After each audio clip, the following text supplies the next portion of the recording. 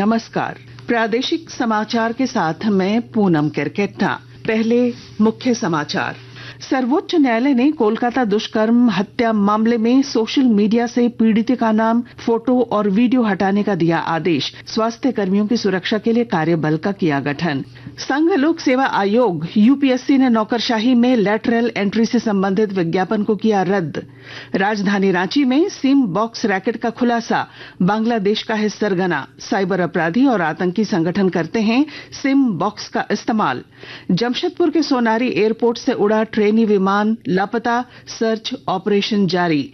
और मौसम विभाग ने अगले 2 दिनों तक रांची, पलामू समेत कोल्हान के कई क्षेत्रों में भारी बारिश को लेकर जारी किया ऑरेंज अलर्ट। और अब समाचार विस्तार से। सर्वोच्च न्यायालय ने कोलकाता दुष्कर्म और हत्या मामले में सोशल मीडिया से पीड़िता महिला डॉक्टर का नाम, फोटो और वीडियो हटाने का आदेश दिया है। न्यायालय ने स्वास्थ्य कर्मियों की सुरक्षा सुनिश्चित करने के लिए vice admiral surgeon R Sarin की अध्यक्षता में कार्यबल गठित की है। मुख्य न्यायाधीश न्यायमूर्ति DY चंद्रचूड़ के नेतृत्व वाली खंडपीठ ने कल मामले की सुनवाई के दौरान कार्यबल को 3 सप्ताह के भीतर अंतरिम और 2 महीने के भीतर अंतिम रिपोर्ट प्रस्तुत करने का निर्देश दिया। ये कार्यबल ऐसे दिशा निर्देशों की सिफारिश करेगा जो पूरे देश में लागू होंगे। राजधानी रांची के रिम्स में आज भी जूनियर डॉक्टर हड़ताल पर रहेंगे। इस दौरान ओपीडी सेवा को लेकर सर्जरी तक बंद रहेगी। सिर्फ इमरजेंसी सेवा ही गंभीर मरीजों को मिल सकेगी। दूसरी ओर ART सेंटर, डॉट सेंटर और बच्चों के इम्यूनाइजेशन सेंटर को खोल दिया गया है। संघ लोक सेवा आयोग यूपीएससी ने कार्मिक और प्रशिक्षण विभाग से निर्देश मिलने के बाद नौकरशाही में लैटरल एंट्री से संबंधित विज्ञापन को रद्द कर दिया है। इससे पहले कल सरकार ने आयोग से ब्यूरोक्रेसी में लैटरल एंट्री से संबंधित विज्ञापन रद्द करने को कहा था। इधर सूचना और प्रसारण मंत्री अश्विनी वैष्णव ने कहा है कि प्रधानमंत्री नरेंद्र मोदी का मानना है कि लैटरल एंट्री की प्रक्रिया संविधान में समानता और सामाजिक न्याय के सिद्धांतों, विशेषकर आरक्षण के प्रावधानों के अनुरूप होनी चाहिए। प्रधानमंत्री श्री नरेंद्र मोदी जी ने हमेशा सामाजिक न्याय के प्रति अपनी प्रतिबद्धता दिखाई है। मोदी जी के सैचुरेशन के प्रिंसिपल से, जिसमें देश में सभी वेलफेयर प्रोग्राम्स को गरीब से गरीब, वंचित से वंचित वर्ग तक पहुंचाया गया, उससे भी अधिकतम लाभ हमारे SC, ST और OBC वर्गों को मिला है। 2014 से पहले किस तरह से यूपीए की सरकार, कांग्रेस के जो निर्णय होते थे उनमें रिजर्वेशन के प्रिंसिपल्स का कोई ध्यान नहीं रखा जाता था। ओडिशा पुलिस ने राजधानी रांची के नामकुम थाना क्षेत्र में सिम बॉक्स रैकेट का खुलासा किया। इस छापेमारी में पुलिस को 8 सिम बॉक्स मिले हैं, जिसकी जांच की जा रही है। एक बॉक्स में 256 सिम होते हैं। इसका इस्तेमाल साइबर अपराधी, आतंकवादी संगठन और ड्रग्स के कारोबार में ज्यादा होता है। इस सिम बॉक्स के जरिए किए गए कॉल के लोकेशन का पता लगाना आसान नहीं होता। बताया जा रहा है कि इस रैकेट का सरगना बांग्लादेशी युवक है। राज्य के मंत्री और झामुमो के वरिष्ठ नेता चंपाई सोरेन कल रात अपने घर गम्हरिया जिलिंगोड़ा पहुंचे। इससे पहले उन्होंने दिल्ली में भाजपा नेताओं से मुलाकात की बात को सिरे से खारिज कर दिया। दिल्ली में पत्रकारों से बातचीत के दौरान उन्होंने कहा कि उनकी किसी भाजपा नेता से मुलाकात नहीं हुई है। नहीं, हम किसी से मुलाकात नहीं, अपना हम निजी काम में है। अच्छा, पार्टी से नाराज क्यों थे और क्या? वो सब हमने पहले हो चुका है। बीजेपी ज्वाइन करने के लिए जो चर्चाएं चल रही थी, उसके लिए क्या अभी तक कौन ये सब कह रहा है, हमको भी समझ में नहीं आ रहा है। तो चुनाव सर अब जेएमएम से लड़ेंगे, अब कैसे आगे का? हम तो बोल चुके हैं। मंत्री चंपाई सोरेन के आवास गम्हरिया जिलिंगोड़ा छोड़कर पुलिस लाइन लौट रहे एक एस्कॉर्ट वाहन को मुड़िया गांव के पास एक ट्रक ने टक्कर मार दी, जिससे वाहन चालक विनय कुमार मान सिंह की घटनास्थल पर ही मौत हो गई, जबकि सब इंस्पेक्टर मनोज भगत समेत 5 पुलिसकर्मी गंभीर रूप से घायल हो गए हैं।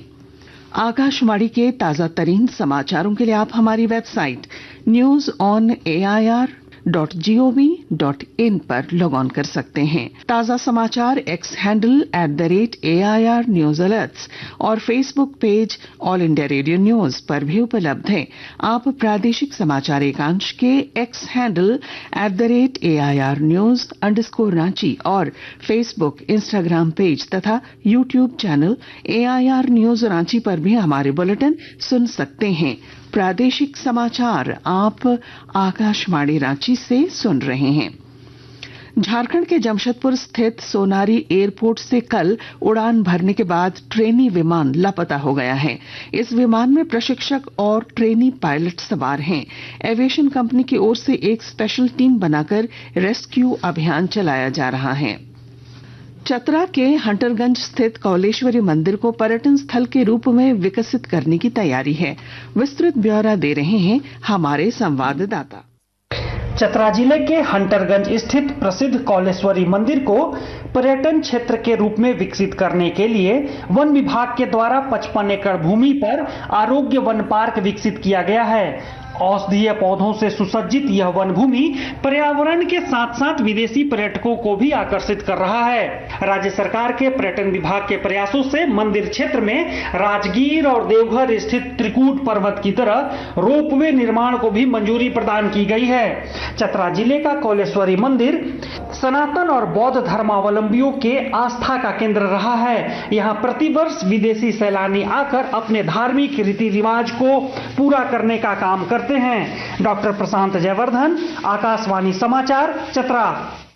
गोड्डा जिले के पत्थरगामा थाना क्षेत्र के रजौन मोड़ के पास सड़क हादसे में एक युवक की मौत हो गई। ट्रक चालक घटनास्थल से फरार हो गया है। हजारीबाग के ईचाक थाना क्षेत्र में एक दिव्यांग नाबालिग के साथ दुष्कर्म के आरोपी को पुलिस ने कल गिरफ्तार कर जेल भेज दिया है। हजारीबाग में सीमा सुरक्षा बल मेरू कैंप द्वारा निःशुल्क स्वास्थ्य जांच शिविर का आयोजन किया गया, जिसमें 300 से अधिक लोगों के स्वास्थ्य की जांच की गई।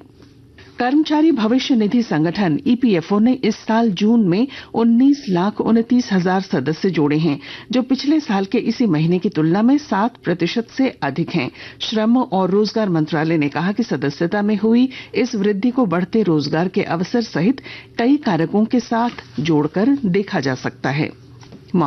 मौसम विभाग ने आज से 23 अगस्त तक राजधानी रांची के अलावा पलामू और कोल्हान प्रमंडल के कई क्षेत्रों में भारी बारिश का पूर्वानुमान व्यक्त किया है। इसे लेकर ऑरेंज अलर्ट जारी किया गया है। रांची स्थित मौसम विज्ञान केंद्र के वैज्ञानिक अभिषेक आनंद ने बताया कि 15 जिलों में सामान्य बारिश हुई है। 15 जिले हैं जहां पे सामान्य वर्षापात अभी तक हुआ है। 9 जिले हैं जहां सामान्य से थोड़ा सा कम हुआ है। उसमें से भी खासकर बात करें तो पाकुड़, चतरा, देवघर और लोहरदगा में थोड़ा सा कम बारिश देखने को मिल रही है। और शेष जो पूर्वी पश्चिमी सिंहभूम है, सिमडेगा है, गुमला है, जामताड़ा है, वो सामान्य के आसपास में ही अभी उनका जो डिपार्चर है वो देखने को हम लोग को मिल रहा है। कुश्ती में भारत के रौनक दहिया ने जॉर्डन के अम्मान में चल रही अंडर 17 विश्व कुश्ती चैंपियनशिप में ग्रीको रोमन 110 किलोग्राम वर्ग में कांस्य पदक जीता। मौजूदा विश्व नंबर 2 रौनक ने कांस्य पदक मुकाबले में तुर्की के एमरुल्ला कैप्कन को 6-1 से हराया। इससे पहले रौनक हंगरी के जोल्टन कजाको से सेमीफाइनल मुकाबला 0-2 से हार गए थे। और अब अखबारों की सुर्खियां। राजधानी रांची से प्रकाशित लगभग सभी अखबारों ने डॉक्टरों की सुरक्षा के लिए नेशनल टास्क फोर्स के गठन की खबर को प्रमुखता से प्रकाशित किया है। प्रभात खबर ने लिखा है, डॉक्टर से दरिंदगी पर सुप्रीम कोर्ट सख्त। दैनिक भास्कर, हिंदुस्तान और दैनिक जागरण ने डॉक्टरों की सुरक्षा के लिए नेशनल टास्क फोर्स के गठन की खबर को पहले पन्ने पर प्रकाशित किया है। रांची एक्सप्रेस में यूपीएससी में लैटरल एंट्री से नियुक्ति का आदेश रद्द करने की खबर को प्रमुखता दी गई है। अंग्रेजी अखबार हिंदुस्तान टाइम्स और द टाइम्स ऑफ इंडिया ने उच्चतम न्यायालय में कोलकाता की डॉक्टर से दुष्कर्म और हत्या के मामले की सुनवाई की खबर को प्रमुखता से प्रकाशित किया है। और अब बुलेटिन के आखिर में मुख्य समाचार एक बार फिर। सर्वोच्च न्यायालय ने कोलकाता दुष्कर्म हत्या मामले में सोशल मीडिया से पीड़ित का नाम, फोटो और वीडियो हटाने का दिया आदेश। स्वास्थ्य कर्मियों की सुरक्षा के लिए कार्यबल का किया गठन। संघ लोक सेवा आयोग यूपीएससी ने नौकरशाही में लैटरल एंट्री से संबंधित विज्ञापन को किया रद्द। राजधानी रांची में सिम बॉक्स रैकेट का खुलासा, बांग्लादेश का है सरगना। साइबर अपराधी और आतंकी संगठन करते हैं सिम बॉक्स का इस्तेमाल। जमशेदपुर के सोनारी एयरपोर्ट से उड़ा ट्रेनी विमान हुआ लापता, सर्च ऑपरेशन जारी। और मौसम विभाग ने अगले 2 दिनों तक रांची, पलामू समेत कोल्हान के कई क्षेत्रों में भारी बारिश को लेकर जारी किया ऑरेंज अलर्ट। और इसके साथ ही आकाशवाणी रांची से प्रादेशिक समाचार का ये बुलेटिन समाप्त हुआ। नमस्कार।